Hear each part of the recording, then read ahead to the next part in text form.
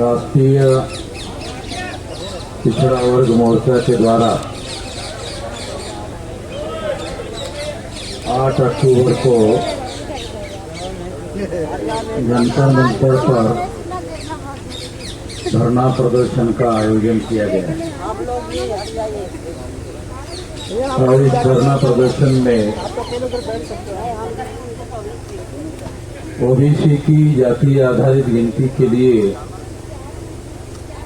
दिल्ली तक ये मुद्दा उठाने के लिए लाया गया है।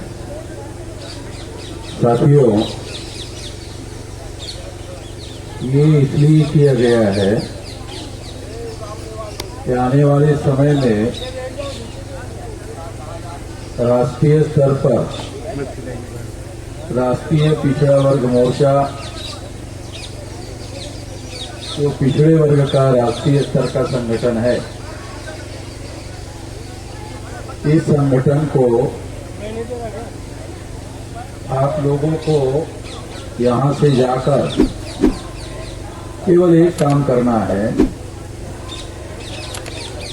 जितने दिन तक सरकार गिनती नहीं करेगी उतने दिन तक ये मुद्दा जिंदा रहेगा और अगर गिनती कर दिया तो मुद्दा खत्म हो जाएगा। तो बेहतर है गिनती ना ही कर ले। बेहतर है ये गिनती करने के लिए तो ये धरना प्रदर्शन है। सरकार अगर गिनती नहीं करती है तो बेहतर है कि हमें आंदोलन करते रहने का मौका उपलब्ध रहेगा। अगर मान लेती है तो फिर तो ये मुद्दा खत्म हो जाता है, कोई और मुद्दा ढूंढना पड़ेगा। तो बेहतर है कि ये सरकार, क्योंकि उनके सामने एक संकट है, गिनती नहीं करते हैं तो संकट है, आंदोलन बढ़ेगा।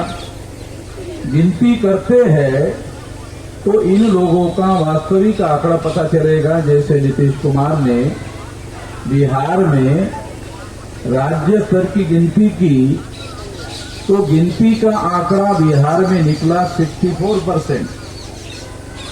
तो ये 64% जो बिहार में निकला है वो लगभग 64, 65, 67, 66 के आसपास ये आंकड़ा निकलने वाला है। सारे देश भर में इतना ही निकलेगा। तो हम लोग मानकर चलते हैं कि ये 64, 65 के आसपास है और अब हम लोग 52% के बजाय भविष्य में ये 64 जो बिहार में आंकड़ा निकला उतना मानकर चलते हैं। ये मानकर ही हम लोगों को प्रचार प्रसार करना चाहिए। अभी जो आपको मैं बताना, एक ही मुद्दा बताना है, ज्यादा लंबी बात नहीं करना है। जो मौलिक बात मैं आपको बताना चाहता हूं वो क्या है कि अब आप लोगों को जाकर राष्ट्रीय पिछड़ा वर्ग मोर्चा की प्रत्येक राज्य में जितने जिले हैं उसमें कमेटियां बनाओ।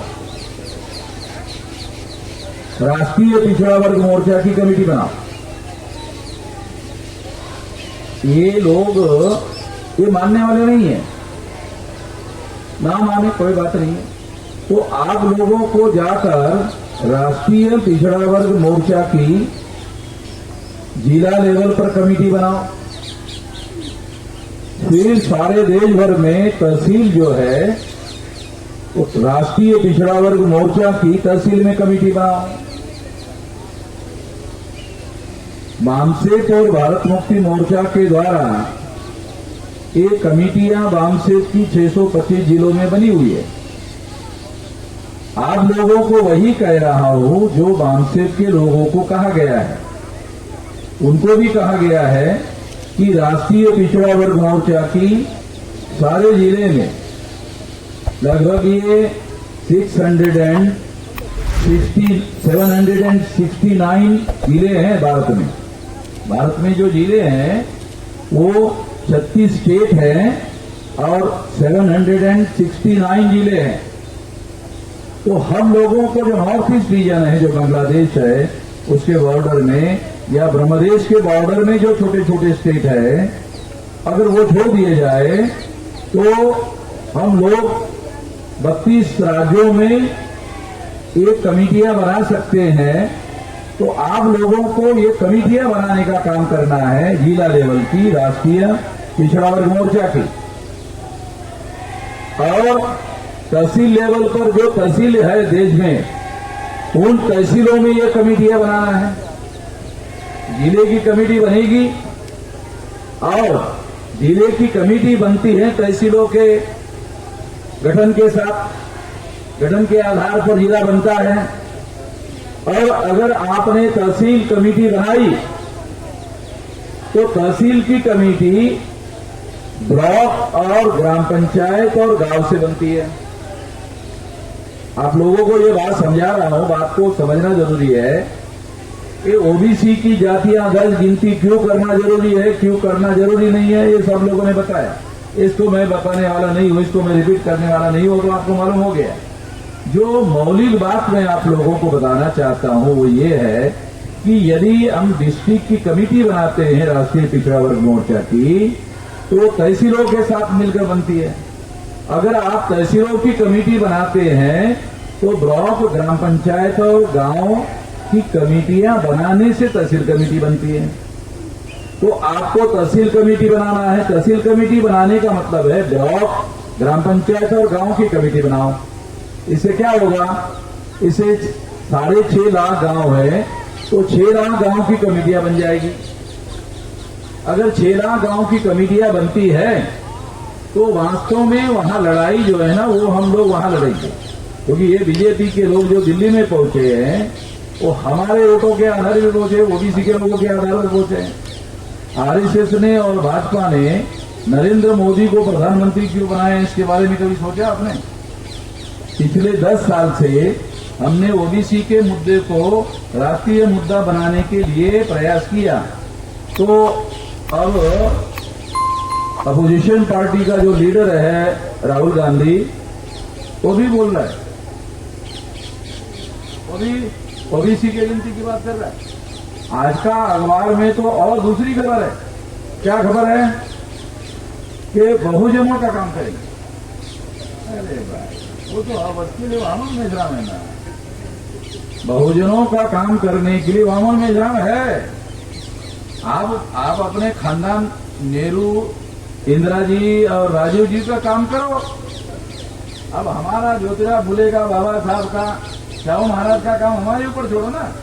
ये हमारा एजेंडा है, हम लोग काम करेंगे। मगर उनको मालूम हो गया अब यही एजेंडा आगे चलने वाला है और दूसरा कोई एजेंडा चलने वाला नहीं है। तो इसके लिए इस एजेंडे को राष्ट्रव्यापी आंदोलन का सबसे बड़ा मुद्दा है। मैं तो मोदी जी को सलाह दूंगा, इसको लागू ही मत करो। लागू करने के लिए एक कार्यक्रम है, मैं कहता हूं इसे लागू ही मत करो। और कब तक मत करो? 6 लाख गांव तक हमारा संगठन फैल जाए तब तक मत करो।